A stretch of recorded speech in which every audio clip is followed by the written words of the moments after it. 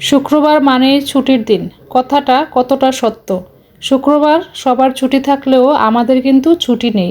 আমরা যারা গৃহিণী আছি আমাদের কিন্তু শুক্রবারে আরও কাজের ব্যস্ততা বেড়ে যায়। হ্যালো এভরিওয়ান, আসসালামু আলাইকুম। কেমন আছেন সবাই? আশা করছি ভালো আছেন। Welcome to my another new blog. তো আজকের ব্লগটি সকাল থেকে শুরু করে দিয়েছি। তো শুক্রবার মানে একটু স্পেশাল খাবার দাবার হবে, বাচ্চাদের পছন্দ মতো খাবার। আমি আজকে বিফ কাবাব তৈরি করছি। তো আমি বিফটা রাত্রেবেলায় মেরিনেট করে রেখে দিয়েছিলাম। ওভারনাইট মেরিনেট করে রেখে দিলে খুবই ভালো হয় আর খুবই তাড়াতাড়ি রান্নাও হয়ে যায়। আর কাবাবটা ভেতর থেকে একদম সফট এবং জুসি হয়। যেহেতু আমি বিফটা রাত্রেবেলায় মেরিনেট করে রেখে দিয়েছিলাম, তো সকালে শুধু আসলিকি দিয়ে রান্না করে নিয়েছি আর হচ্ছে আমি সাথে পরোটা বেজে নিচ্ছি। আজকে পরোটা দিয়ে কাবাব খাওয়া হবে। তো এই তো সবার খাওয়া দাওয়া এরই মধ্যে শেষ হয়ে গিয়েছে। তো আমারটা নিয়ে নিলাম। আমি এখন খাওয়া দাওয়া শেষ করে সাথে সাথে আবার দুপুরে রান্না প্রস্তুতি শুরু করে দিয়েছি। একটু রেস্ট নিলেই দেখলাম যে অনেকটা দেরি হয়ে যাবে, তাই আর দেরি করিনি, সাথে সাথে আবার কাটাকাটি শুরু করে দিলাম। আজকে আমি একটা নাম না জানা সবজি দিয়ে লেয়ার মুরগিটা রান্না করব। লেয়ার মুরগিটা কিন্তু কিছুটা দেশি মুরগির মতোই মনে হয়।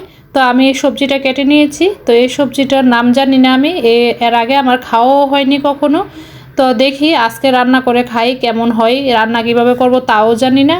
তো ভাবলাম যে দেখতে যেহেতু আলুর মতো, একটু আলু যেভাবে রান্না করি আলুর মতো করে রান্না করব। চিকেনটা কষিয়ে নিচ্ছি আর একটু কষানো হয়ে এলে আমি তার উপরে সবজিগুলো দিয়ে দিব। আর এদিকে আমি ডালও রান্না করে নিয়েছি। ডাল রান্নাটা আমি আরও আগেই বসিয়ে দিয়েছি, অলমোস্ট হয়ে গিয়েছে। তা আমি নতুন জলপাই দিয়ে রান্না করছি আজকে। তো রান্না শেষে একটু ধনিয়া পাতা দিয়ে দিচ্ছি। আর ধনিয়া পাতাটা দিলে কি যে সুন্দর একটা গ্রান আসে, মানে বলে বোঝাতে পারবো না। এদিকে সকালের নাস্তা শেষ করে রাইসার বাবা বাজারে চলে গিয়েছে, যেহেতু আজকে জুম্মাবার, তো এসে আবার নামাজে যাবে। এই জন্য সকাল সকালই সবজি বাজারে চলে গিয়েছে। আর আমাদের যেহেতু সবজি বাজারটা একটু দূরে, তো আমাদের এক সপ্তাহের জন্য একবারই সবজি নিয়ে আসা হয়। তো বেশি করে সবজি আনা হয় আর আমাদের এমনিতেও সবজি একটু বেশি খাওয়া হয়। আর শীতের সবজি তো খেতে খুবই ভালো লাগে। আর প্রত্যেক বাজারে ফুলকপি, বাঁধাকপি, তারপর হচ্ছে সিম, এগুলো মাস্ট থাকবে। সাথে তো অন্যান্য সবজিগুলো আছে। তো আজকে আবার একটা লাউ নিয়ে, সাথে 2 পদের শাকও নিয়ে এসেছে, পালং শাক এবং লাল শাক। আর এখন লাল শাক পালং শাকগুলো খেতেও কিন্তু খুবই ভালো লাগে। আর রাইসার বাবা সবসময় দেশি ফুলকপি নিয়ে আসে, আর দেশি ফুলকপিগুলো কিন্তু খেতে বেশি মজা হয়। আর যখন হাইব্রিড ফুলকপিগুলো বের হয়ে যাবে না, তখন কিন্তু আর খেতে ভালো লাগবে না। আর এখানে 2 পদের সিম নিয়ে এসেছে, একটা একটু কালো আর আরেকটা হচ্ছে একদম সবুজ। সাথে 2টা আনারসও নিয়ে এসেছে, তারপর ধনিয়া পাতা, তারপর দেশি টমেটো নিয়ে এসেছে।